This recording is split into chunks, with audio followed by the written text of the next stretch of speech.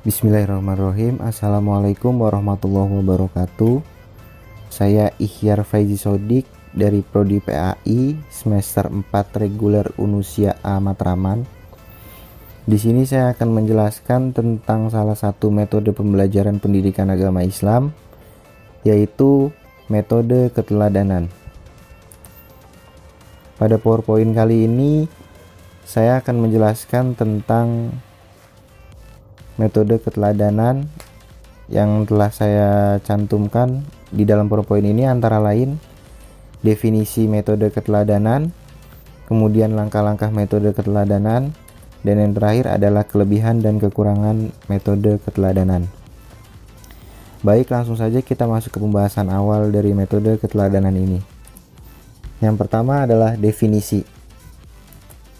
Dalam Kamus Besar Bahasa Indonesia disebutkan bahwa secara bahasa, pengertian kata keteladanan berasal dari kata teladan, yang berarti perbuatan atau barang dan sebagainya yang patut ditiru dan dicontohkan. Di sini kata teladan kemudian mendapat awalan ke dan an yang membentuk kata keteladanan yang berarti hal-hal yang dapat ditiru atau dicontoh. Dengan demikian, keteladanan adalah sesuatu perubahan yang patut ditiru, atau secara istilah metode keteladanan adalah cara untuk melakukan suatu peniruan.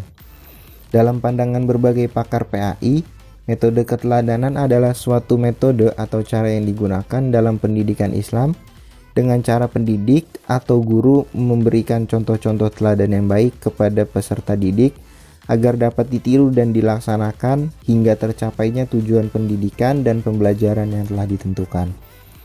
Baik, kita lanjut ke pembahasan yang kedua, adalah langkah-langkah. Prosedur atau langkah-langkah metode keteladanan ditempuh dengan dua cara, yaitu yang pertama secara langsung atau direct. Maksudnya di sini, tenaga pendidik atau guru atau dosen sendiri harus benar-benar menjadi dirinya sendiri sebagai contoh teladan yang baik kepada peserta didiknya. Di sini artinya diharapkan peserta didik mampu meniru hal-hal atau contoh-contoh teladan yang baik yang telah diajarkan atau yang telah dicontohkan dari pendidik. Kemudian yang kedua, ada langkah-langkah secara tidak langsung atau non-direct.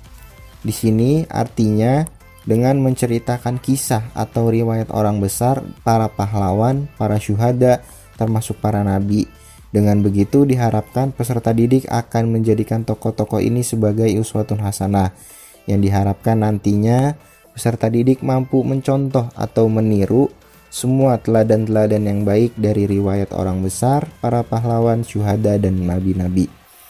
Kemudian kita lanjut ke pembahasan yang terakhir, adalah kelebihan metode keteladanan dan kelemahan metode keteladanan.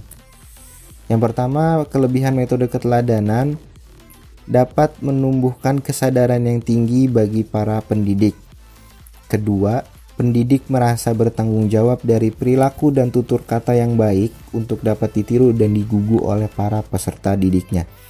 Yang ketiga, para pendidik senantiasa berusaha introspeksi diri atau muhasabah jika ada perilaku dan tutur tidak baik yang dapat menyinggung perasaan orang lain. Yang terakhir, metode keteladanan memberi pengaruh yang kuat dan baik bagi peserta didik, terutama adanya pembiasaan yang baik secara terus-menerus, kemudian dapat diaplikasi dalam dirinya, keluarga, dan lingkungan. Kemudian, metode keteladanan juga memiliki kelemahan.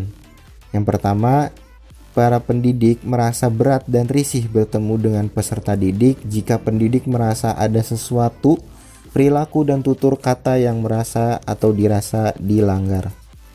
Kedua, pendidik tidak merasa dijadikan teladan yang baik oleh peserta didik, padahal teladan sudah melekat dalam dirinya sebagai pendidik yang baik.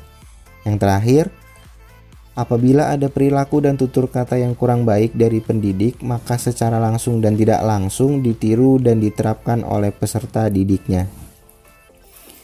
Jadi, kesimpulan dari metode keteladanan ini adalah metode keteladanan merupakan suatu metode atau cara yang digunakan pendidik dengan cara memberikan contoh berperilaku baik langsung atau tidak langsung agar dapat ditiru dan dilaksanakan dengan baik oleh peserta didik untuk mencapai tujuan yang telah ditentukan. Saya kira sekian penjelasan dari saya tentang metode keteladanan. Kurang lebih, wassalamualaikum warahmatullahi wabarakatuh.